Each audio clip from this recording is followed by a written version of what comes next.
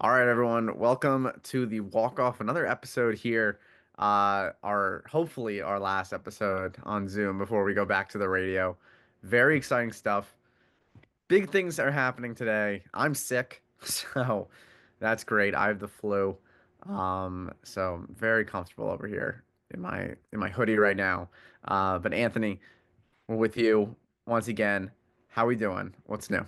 I'm doing all right. I wish we had some more news to discuss. I'm itching especially for some Mets news. But of course, right after we hung up on the Zoom yesterday, not yesterday, last week, we had a signing with Justin Verlander, which we'll talk about. But maybe after we're done today, we'll have some more news. I don't know. That seems to be the trend.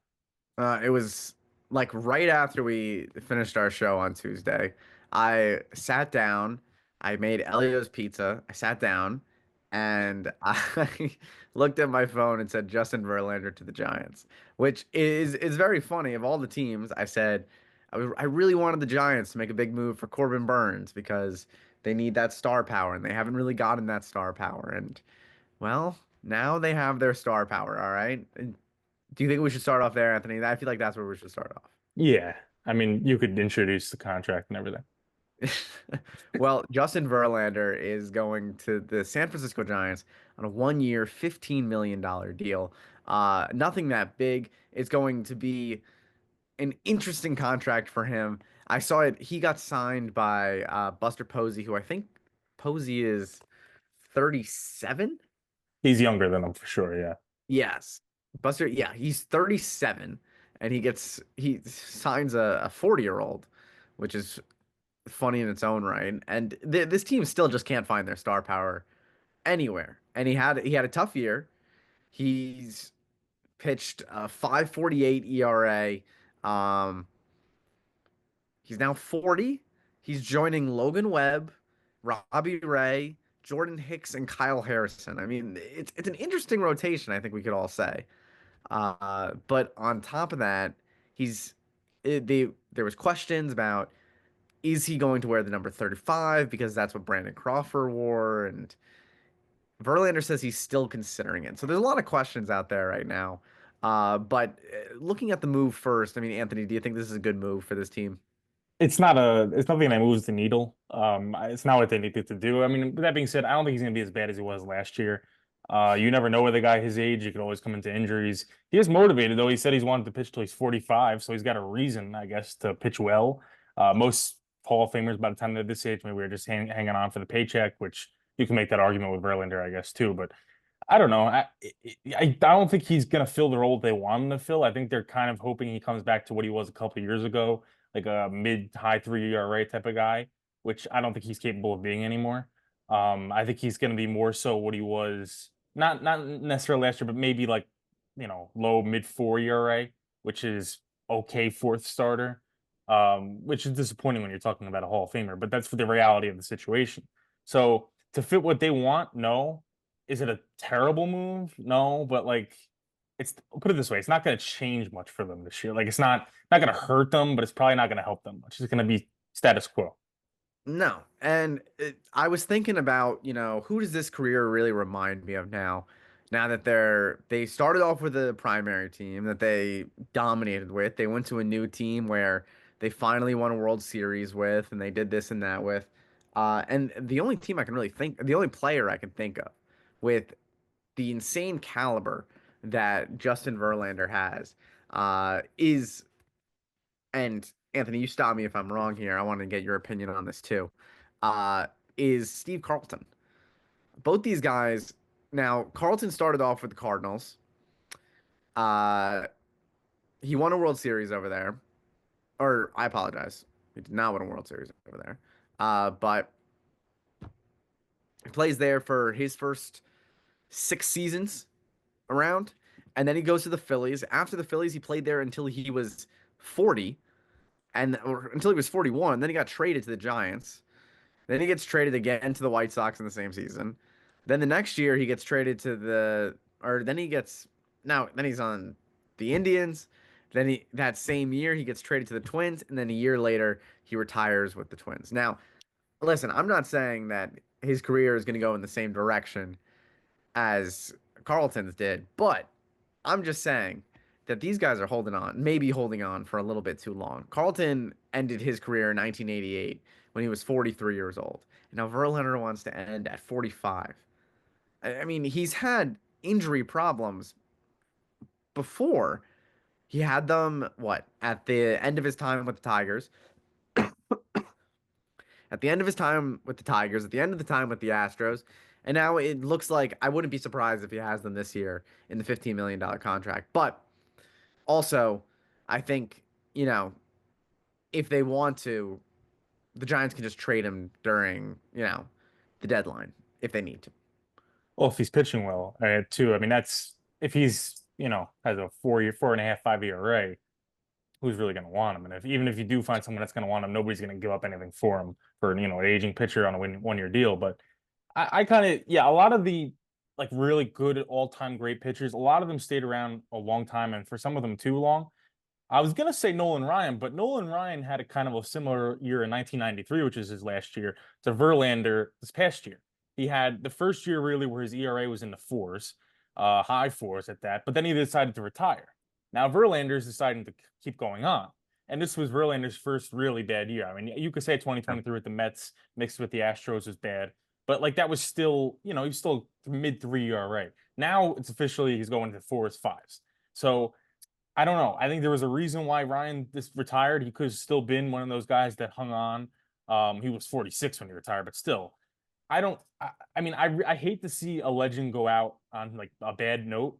And he's got what 4 years until he's 45 years old now. He's 41 now. I mean, what is he going to be 3, 4 years from now if he's 5 ERA at 40? That's what concerns me. Like, I don't want to see him going from team to team, 5 ERA, just to say that he pitched till he's 45. Like, to me, that's kind of a sad way to go out. Like Michael Jordan went out kind of that way. He wasn't 45, but he was, at the end of his career, Yeah. could hardly shoot anymore. Like that's a sad way to see a legend go out. I it, I have to agree. I mean, he's one of the few pitchers out there, and him and Kershaw are the only active pitchers right now that have won MVP in their time. And you know, that's something that, there's not many Cy Young winners that can say that. Um, but they've both done it. They're both Rookie of the Years. Verlander's Rookie of the Years, Triple Crown winners, nine-time All-Star, two-time ERA title, two-time World Series champ. And you're absolutely right. It would be really sad to see if he just, gets bounced around here and there and just never really finds his footing ever again. But he's Justin Verlander. He's being used as this, veteran talent now.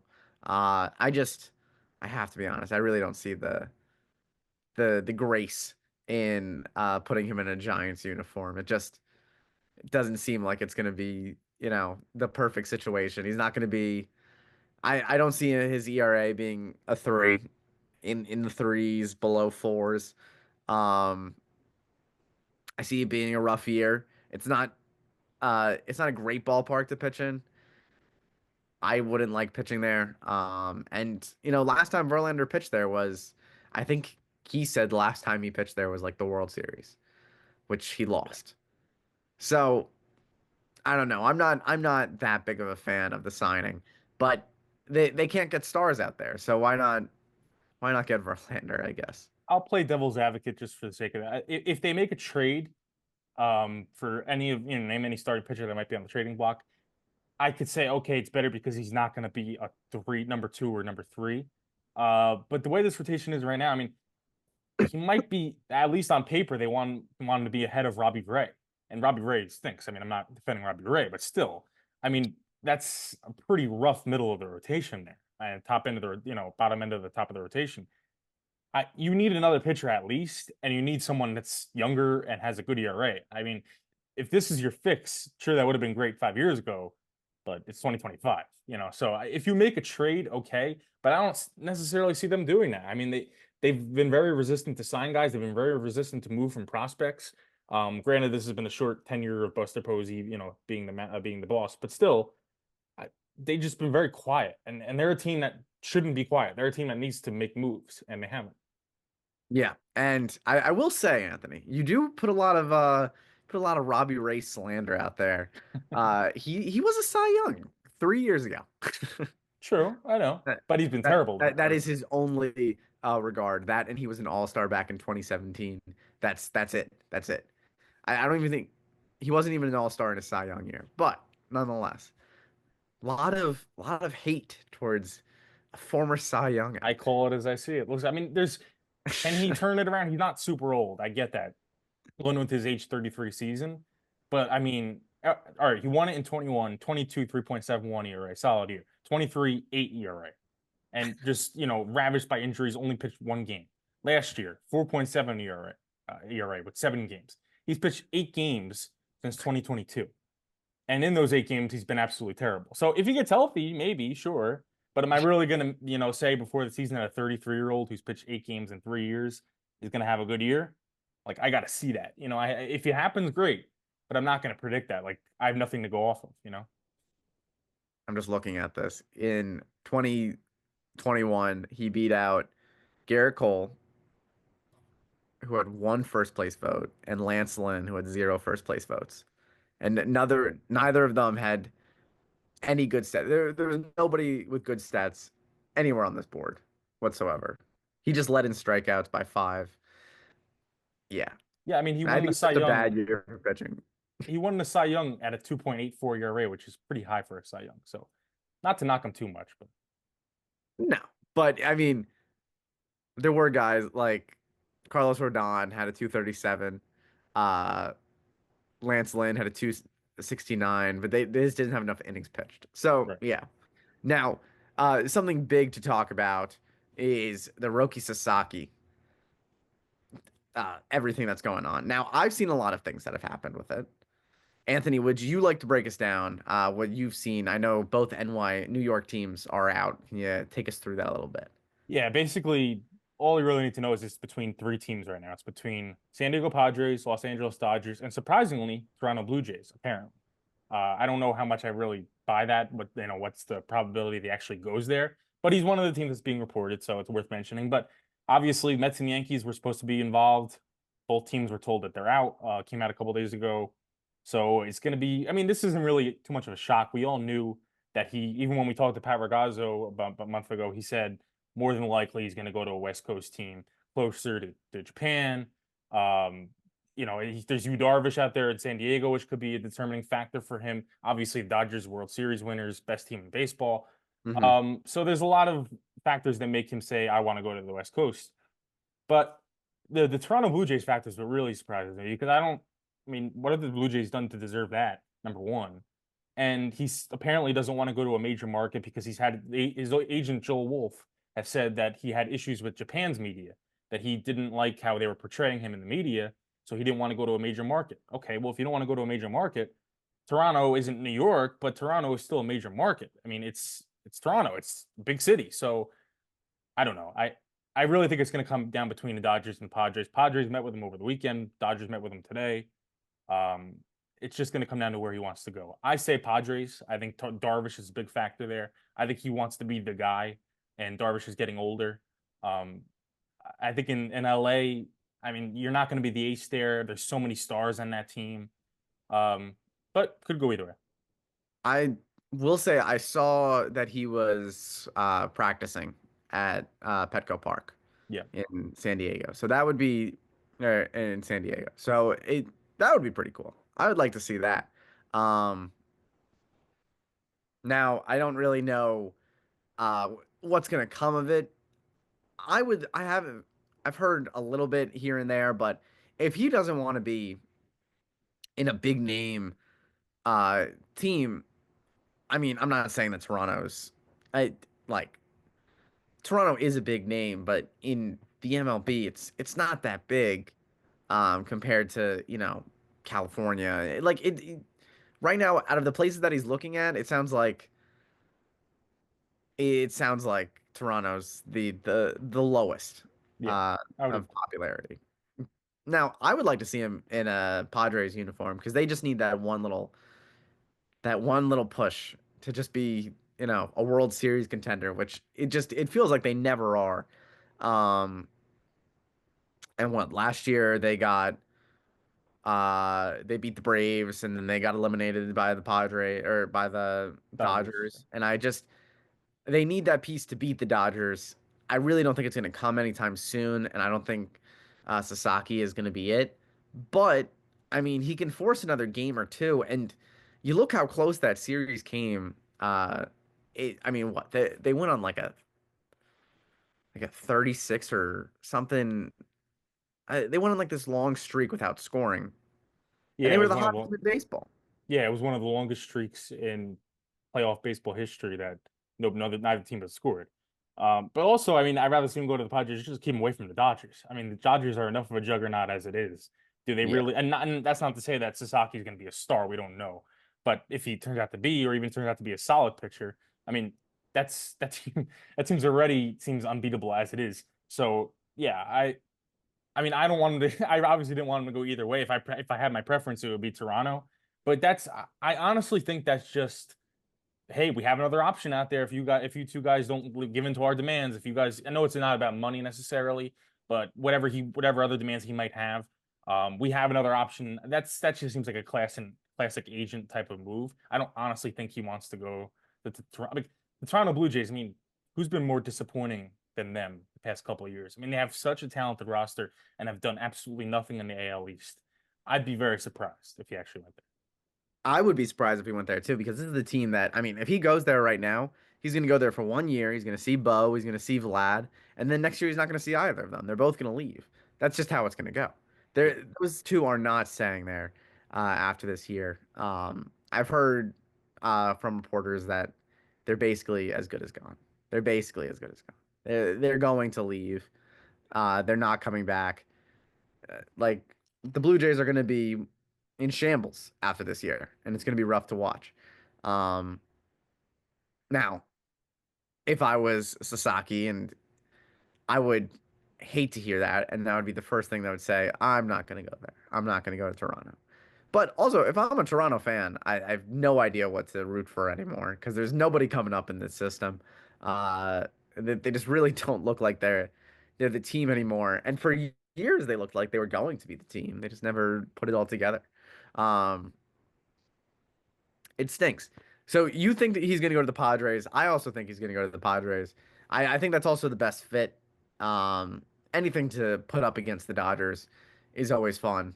Uh, don't want everybody looking like the Rockies going up against the Dodgers. Um, Now, another big thing in the free agent market, because there's so much happening here. Some relievers have been signed. Orioles signed Andrew Kittredge to a 1 year contract worth 10 million. Did we talk? And Jeff Hoffman is Yes. going to the Toronto Blue Jays. So there you go. Toronto got their big man. And by the Uh, way, Jeff Hoffman, I don't know if you saw, I, apparently had mhm. his physical denied by two teams. I believe one was the Orioles. I can't The other one remember was the Braves. Braves, yes. And Yes. that's a wild story to me. I don't understand. If your physical is denied by two teams, then you go and sign a contract, a multi-year contract at that. I doesn't make sense to me, but okay. I mean, I know he had a terrible end to the year and the playoffs and everything. But to have, and especially at his age, it's not like he's like 25, 26 years old. No. He's a veteran now. I'll say this because I like Jeff. He's good, and he was really good for the Phillies. But let's just get this straight. I mean, in from 2022 to 2016, he he was a starter, and he started in 50 games, 50 out of 134 games he started in, and he had around a 5.68 ERA. And his big story is that he got signed by the Phillies on a minor league contract in 23, and Bryce Harper was going through like one of his injuries, and he was just needed some BP, so they called up Trevor, and the Phillies were like impressed by him, so they brought him up, and then he started relieving games to the Phillies, and he was great. He was great. He had a 2.41 ERA and then a 2.17 ERA, but he's 31 now. He just had his first All-Star game appearance. Very cool. I'm very happy for him. But if I heard that his physical was bad, I would have a lot of concerns. and I wouldn't take him. Now, Toronto has been like, I mean, they're just looking for something or anything. But I heard that the Orioles were in on him. And they saw the physical. They didn't want him. I heard the Braves the same thing.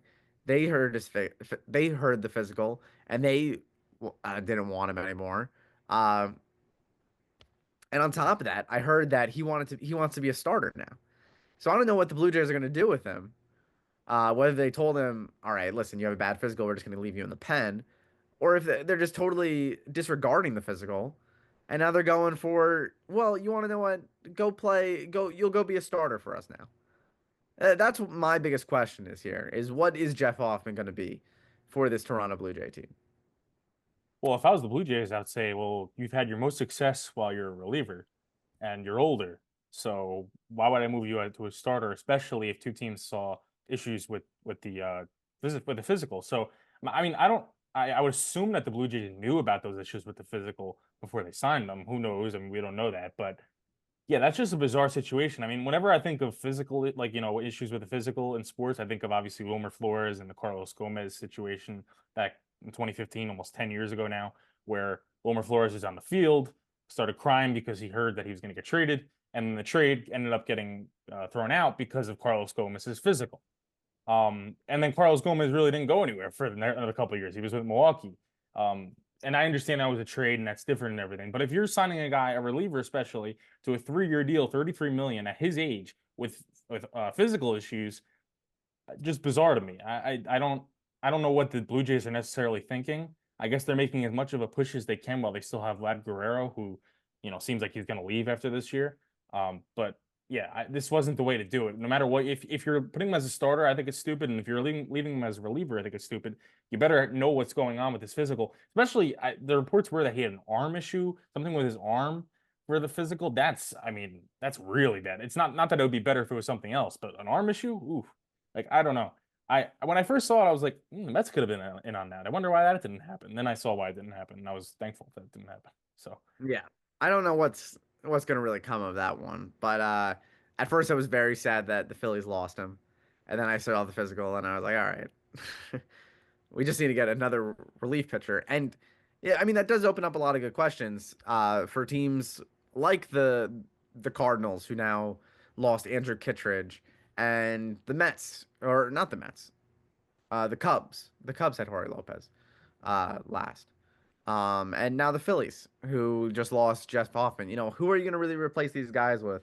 And what are you going to do with them? The Orioles get Andrew Kittredge, who I think is a good contract. I mean, 1 year, 10 million for them. Uh, Gets a little bit of. They had some bullpen problems last year with no Felix Bautista, and Kittredge, it looks to be that guy that's gonna hopefully sustain some good games in there. He had in 74 games last year, he had a 2.80 ERA, 5-5 with a single save. I'll take that. I'll take that. That's something I'd like to see. I mean, if you're the Orioles right now, all you have to be looking for is we just need one playoff win. We just need one playoff win. We've been in the playoffs 2 years in a row now. We haven't won a single game. So something's got to change here. Something has to change. yeah, I think this is a guy that honestly is pretty underrated when you look at it. I mean, I know it's not the flashy name, it's not the big closer, it's not the big eighth inning guy, but he's a guy where if you have a good bullpen, you have to have guys like him. You need a guy to come in the sixth, seventh inning, to keep the lead, or at least, don't make the deficit any larger. And he's a guy that did that. I mean, granted, only 70 innings last year, and the year before that, he only had 11 and two-thirds. So maybe there's some issues with health in there, and he's going into his age 35 season, but it's a 1 year deal. And I mean, there's kind of an old saying where there's no such thing as a bad 1 year deal. And I agree with that saying. I mean, unless you're getting a guy that's going to be integral to your team and you're banking on that 1 year deal being, if this guy doesn't work out, then my season's done. I mean, then okay, it could be a bad deal. But this guy, I mean, if he stinks, okay, you get rid of him. Like you're not tied up in a ton of money with him. You're not tied up in years. It's honestly something I would have hoped to see the Mets do, and I'm sure you would hope to see the Phillies do, since the Phillies have bullpen issues themselves. Um, I honestly think, I mean, granted, the bullpen market has started to move a little bit with Lopez and Hoffman and Kittredge, but I think until Tanner Scott moves, I don't think you're going to see a ton of the really big names go off the board. I think when Tanner Scott's going to kind of be like that Juan Soto level signing, where not that he's Juan Soto, but you get my point. Yeah. Where if when he goes off the board, he's the best at his position, and then you'll start seeing the market open up a little bit more. But he's really my biggest question mark for where he's going to go because that guy is a great reliever. I think I've said he's underrated for a while now. When I did the Miami Marlins season preview a couple years ago, I said he's my favorite player on the Marlins, and he's been great. So I honestly, if I were you, I'd want him. I definitely want him for the Mets. I know he's a closer. The Mets already have Diaz and everything, but that guy is a really good pitcher, and he's not that old. And if you could get him on a somewhat short-term deal and just give him a lot of money, I'd do it. So I know I kind of got a little bit off track there, but that's kind of my thoughts on the bullpen market. Yeah, I'm interested to see how it keeps on. I mean, it's going so slow. We haven't Yeah. seen anything, and it's kind of in those days right now where nothing's happening, and it's Everything, yeah. I very mean, it's slow. it's that's something that baseball has to fix, by the way, because I mean, even in football, when the day after the regular season ends, you get a bunch of firings, like it's immediate. In baseball, it's like we're getting Jordan Montgomery signing right around spring training. It's got to be fixed. No, and that can't be happening. I mean, Tanner Scott cannot be. We cannot get pitchers and catchers in what a month and maybe like a week or so now. Yeah, it's pretty almost a month. Yeah, And then you can't get that a month from now because first of all, 2 months from now will be what? 2 months from now, we will be 2 weeks away from regular season. opening The day. regular season, yeah, like late March, early April. So we'll be at the Yeah, middle it's to the tail late end of the spring training. the 27th this year. Yeah. And I think a lot of people would say that they don't want to be seeing these star players being signed late because you don't want guys like Blake Snell to underperform and Jordan Montgomery to underperform. And, you know, that can't be happening. And that's why these agents are getting fired. Um, Well, and I'll use that as a segue into another point. Pete please Alonso. don't. Pete Alonso. I honestly think, I mean, I didn't think it was going to be drawn out this late. Now I think it's going to go to spring training. I don't. This is unbelievable to me. I don't.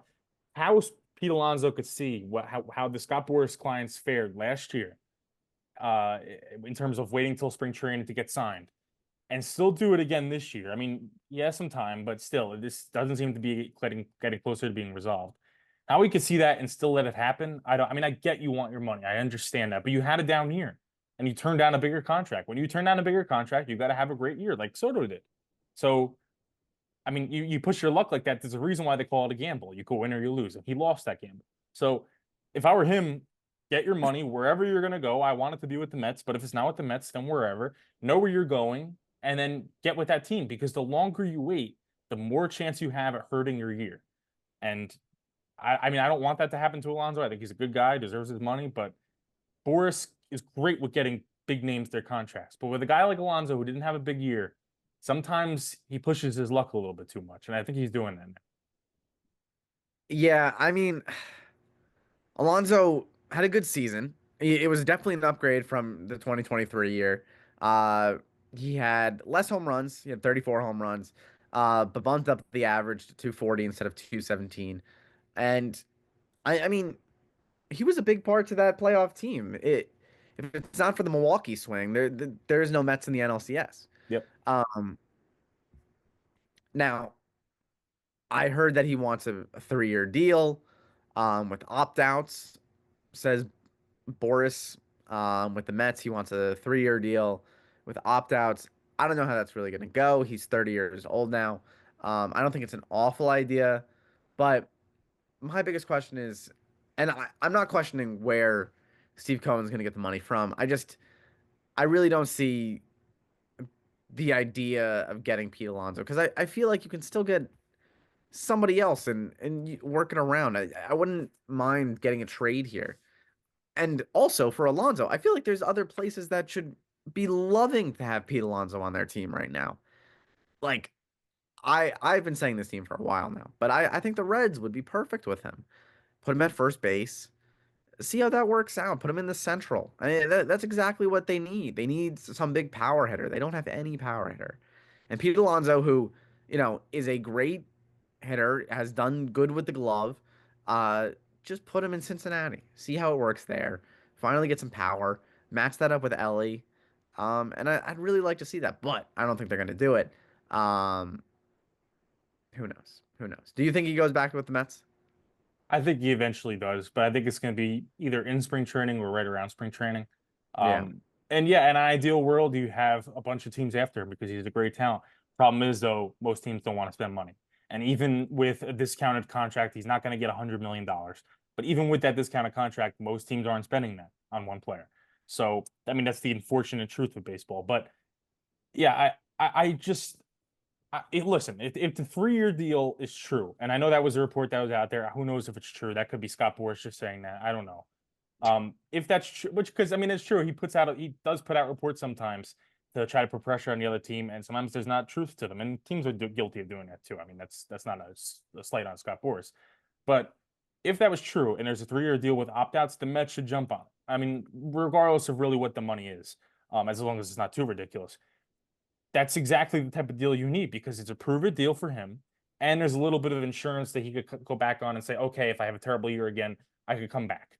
That's fine. I'd be fine with that. You're not stuck with him for a long term deal.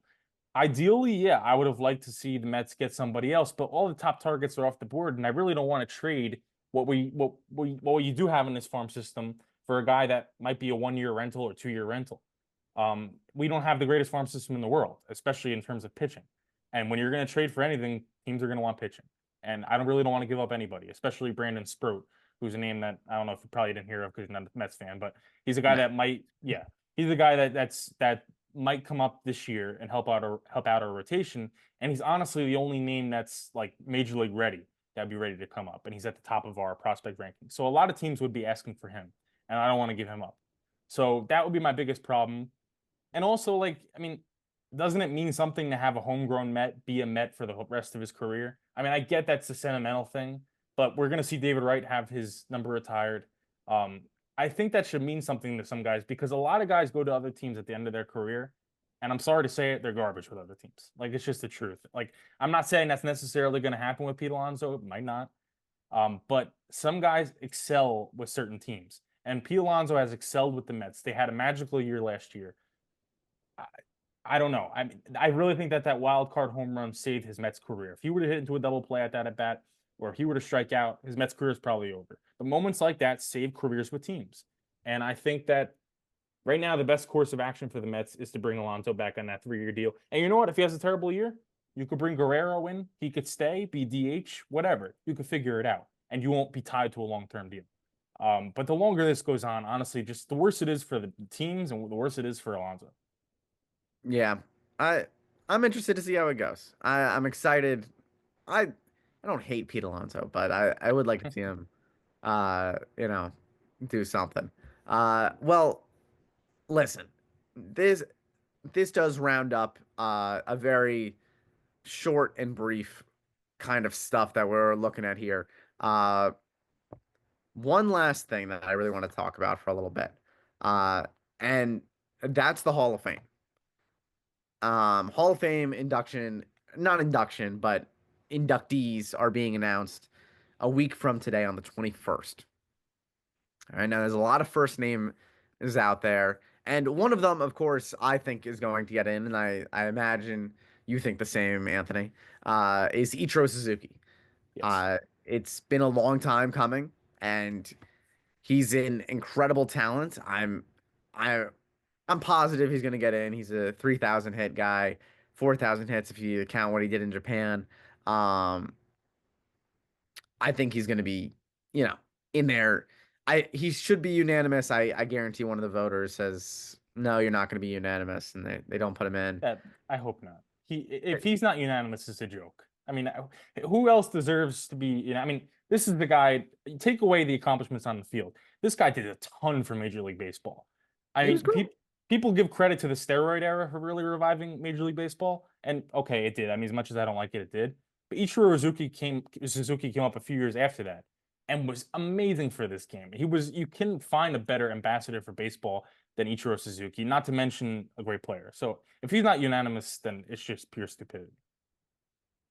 I well, the one thing is I think it's ridiculous, and believe me, I love him. I think he's great, but Mariano Rivera is like the only unanimously voted in Hall of Famer, and he's not the best Hall of Famer. I can. tell you that. I mean, Jeter's not even unanimously voted in, but it's just because ballots don't put him in so that they're like, well, I already know he's going to get in. There's no reason to put him in. Anyways, all right. Here are some other names that have the chance to get in. Anthony, I want to go a little rapid fire with you. See if you think they deserve to be in or not. Give me 1 second because I am dying over here. You take your time, all good. All right. Ready? Yep. Here we go. Going down the list. Number one, his best season was in 2010, where he batted 336. He had 34 home runs, 117 RBIs. I'm going to say no to this one off the bat, but Carlos Gonzalez. No. No. He had a great time, 12-year career. Just All are very good. no. All are very good. That's, I mean, not All Hall of of Fame. it. Yeah.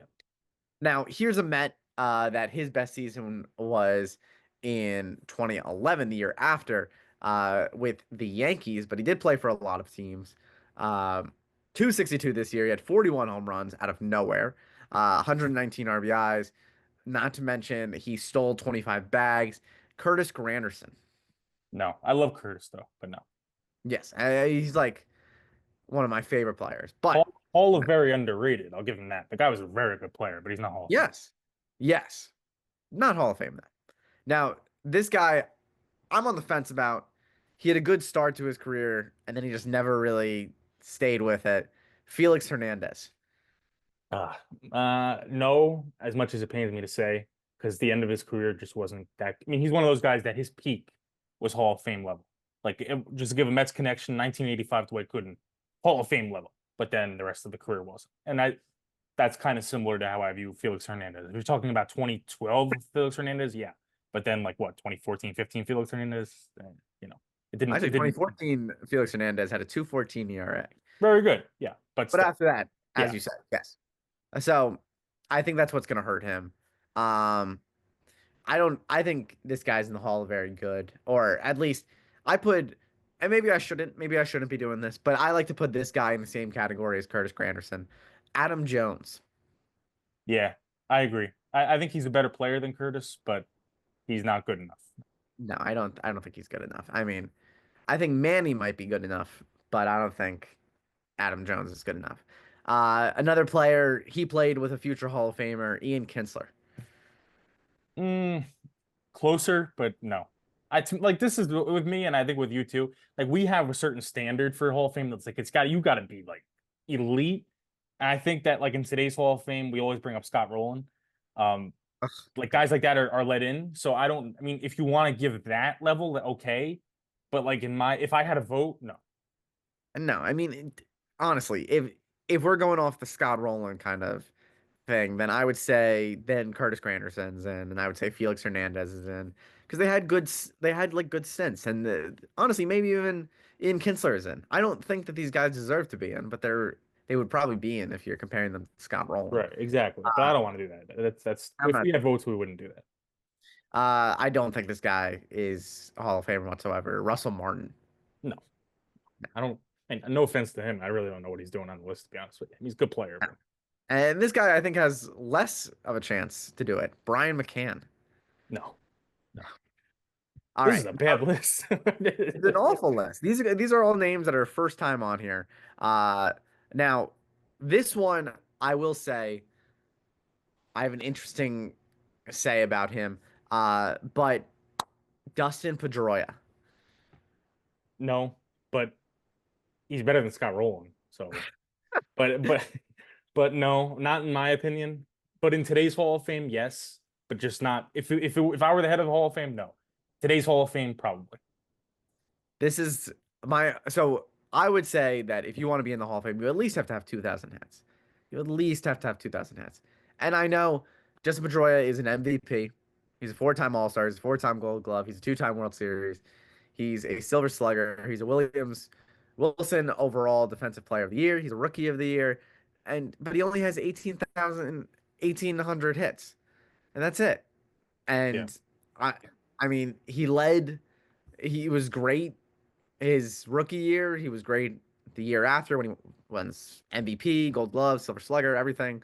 But then he got injured towards the end of his career, and he never really kept it going, and he kept getting injured. And I mean, he played 157 games in his rookie of the year, or 139 games, then 157, then 154, then 75, and then 4 years of playing around that same mark, and he just really never looked the same. Uh, in 2018 and 2019, he played a total of 9 games in both. I'll give you a So comparison for Dustin Pedroia. I think he's very similar to David Wright. I Great think that's peak. fair. I know Yes. Pedroia won the MVP and Wright didn't. I'll argue that in 2007, Wright should have won it instead of Jimmy Rollins. That's a whole another conversation. But similar kind of career path. Great first like 7, 8, 9 years. Last few very poor because of injuries. Unfortunate, but true. Um, but I look at them very similarly. If I'm being fair, neither one are Hall of Famers. Okay. Okay. That's fair. Yeah, I can't say that Pedroia is a Hall of Famer. Hanley Ramirez. Mm, I say no, but that's a little bit more debatable. I think no too. I mean, he had a great young start to his career, but wasn't really the same player as a rookie of the year, 3-time All-Star, 2-time Silver Slugger, a batting title winner. Uh, again, 1,800 hits. I just I can't really get behind it and say that this is an All-Star. This is a Hall of Fame caliber player.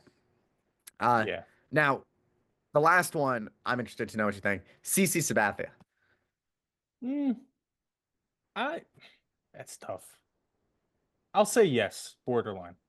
I think because he did last. I mean, he obviously at the end of his career he had issues and he retired and everything, but he did last a pretty long time. I mean, he had a solid, and it's obviously you have to grade pitchers and fielders on a different scale. You can't expect a pitcher to be as good as a long time as a hitter in the Hall of Fame, but he had a pretty long time, a solid decade plus where he was elite. So I'll say yes. I'm gonna say yes too. And I'm gonna say the same thing as you. It's borderline for me. I think he gets in though. I think he would be on the fence, but he has over 3,000 strikeouts. Um, he has over 3,500 innings pitched. Um, and he was a great player. A, a 6-time All-Star, Cy Young winner, and I mean possibly one of the best trade pieces or quote unquote best trade pieces of all time back in what 2008 when he got traded. Yeah, Yeah. but I I still think I still think he's a Hall of Famer in my book, and I'm this one. I know your answer. I just have to ask you because in my eyes, right now, I only see the Hall of Fame being uh, Ichiro and CC. That's if I was voting, those are the only two people I would say these guys are Hall of Famers. Okay. But his name is still on the ballot. It's his second year now being on the ballot. There was a lot of concern about him getting in last year. Now he could get in this year. I don't think he does. Um, do you think Chase Utley gets in? I think he might, but I don't. I wouldn't. And I know it's going to be because oh, he's Met fan and he hates Chase Utley. But and that's true. I mean, I'm not going to lie. Um, but he's another one of those guys. Last few years of his career were terrible, injury ridden, and he just wasn't what he was earlier in his career.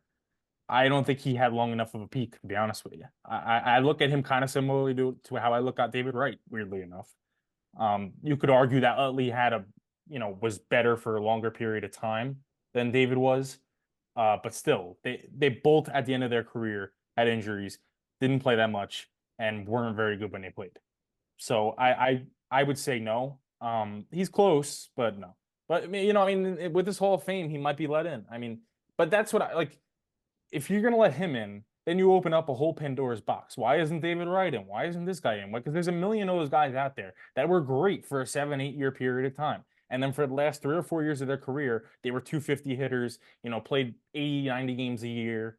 and were good, but not that great. Like there's a million of those guys. So if you're gonna let him in, then you open up a lot of other guys that should be let in there. Yeah, I have to say, I am the biggest Chase Utley fan, but I mean, he never he had a great period from 2005 to 2010 where he was an all-star in 5 of those 6 years. And after that, he was an all-star once more in 2014. Um, and that was really it. That was that's Chase Utley's career. That's it. He never led in a stat besides he led in hit by pitches 3 times. He led in runs in 2006, and that's it. Never won an MVP. Never won any of these big accolades. And I think as little of accolades, what they really do matter, I still think they matter.